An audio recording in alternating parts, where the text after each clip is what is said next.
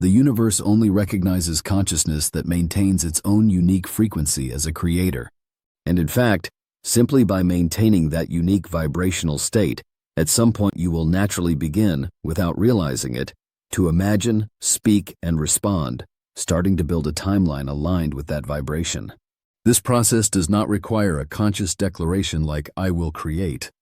The mere fact that your unique frequency is sustained creates conditions where countless encoded vibrational data within 5D begin to manifest. Even without striving, simply maintaining your unique frequency causes automatic resonance with the corresponding vibrational state. And that is a very natural way to generate potential outcomes. The problem, however, is that a structure has long existed to completely block this original frequency. That is what we referred to as the standardized system.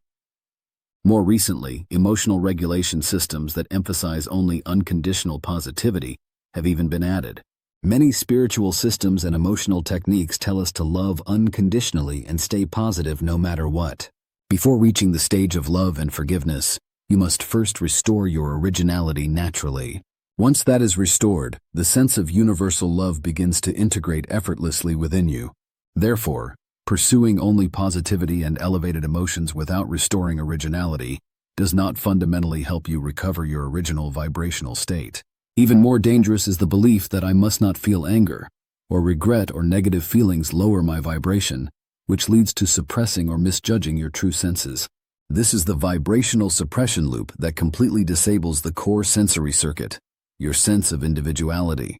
You must be able to feel anger and also feel regret about choices you made in the past, but only when those emotions are directed not outwardly, but to the very point where you blocked your own originality.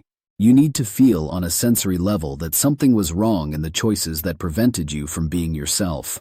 The real emotion you must feel is not about external conditions, but about the moment I turned away from myself. And the moment you become aware of that feeling, you stand at the doorway of reclaiming your original vibration. And that very doorway is the one that frees you from the loop. As you begin to realize and recognize just how much your originality has been blocked, that becomes the very point that awakens you to how deeply you have been living within timelines shaped by unconscious patterns. Why must you generate your unique frequency? Why is it so important to generate your unique frequency?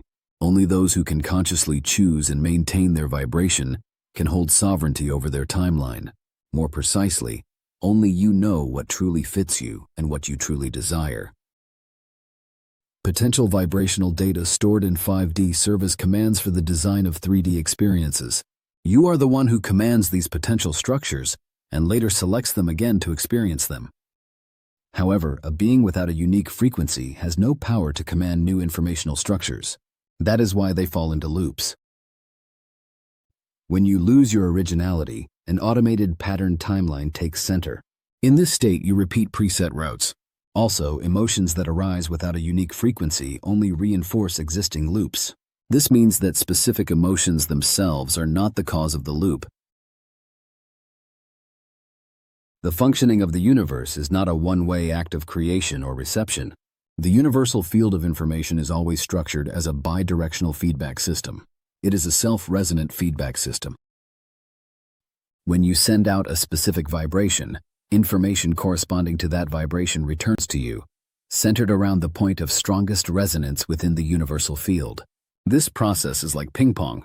The information you send is reflected back to you and materialized. This is the vibrational mechanism behind timeline jumping. But there is one absolute prerequisite.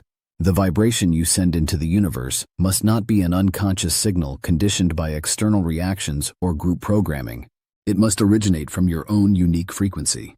Why? Because the universe only recognizes uniquely generated data by individual consciousness as autonomous information capable of manifesting new structures. Without information, you simply cannot receive. To send information, you must emit your unique signal. Simply releasing emotions is not enough, because loop state emotions do not carry new information.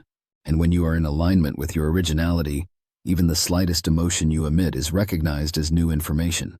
Isn't that amazing? That shows how powerful the impact of your unique frequency truly is.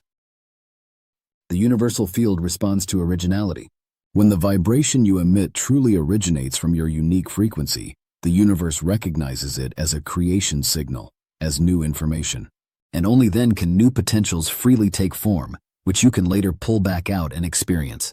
Therefore, if your unique frequency is not activated, it will inevitably be very difficult for you to break free from the existing loop.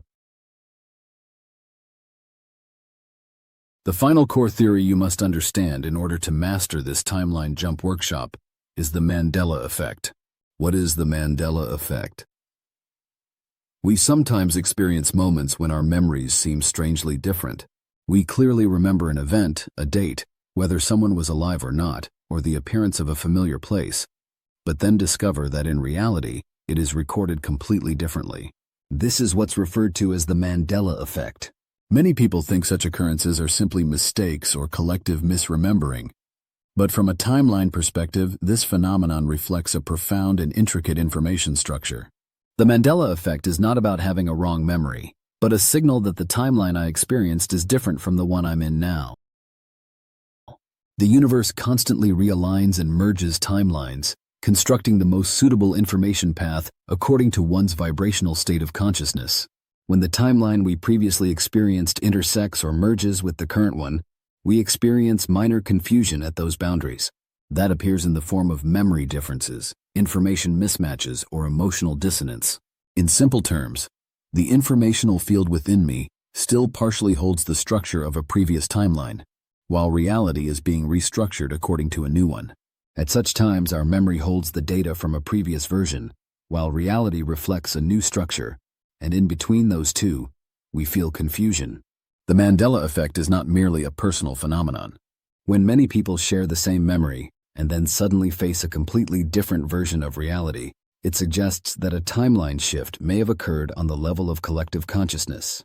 In the merging process, past information isn't perfectly overwritten, so fragments of previous memories remain like traces.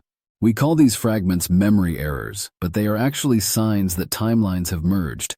What matters here is why some people retain those memories, while others remember them completely differently. We may appear to live in the same world, but in truth, we are all connected to different layers of information depending on our vibrational state. Some people strongly received and stored data from a timeline of a particular vibration, while others were aligned with different timelines at that moment, and so formed completely different memory structures. This is why people can remember and interpret the same event in different ways. So then why is it important to recognize the Mandela effect?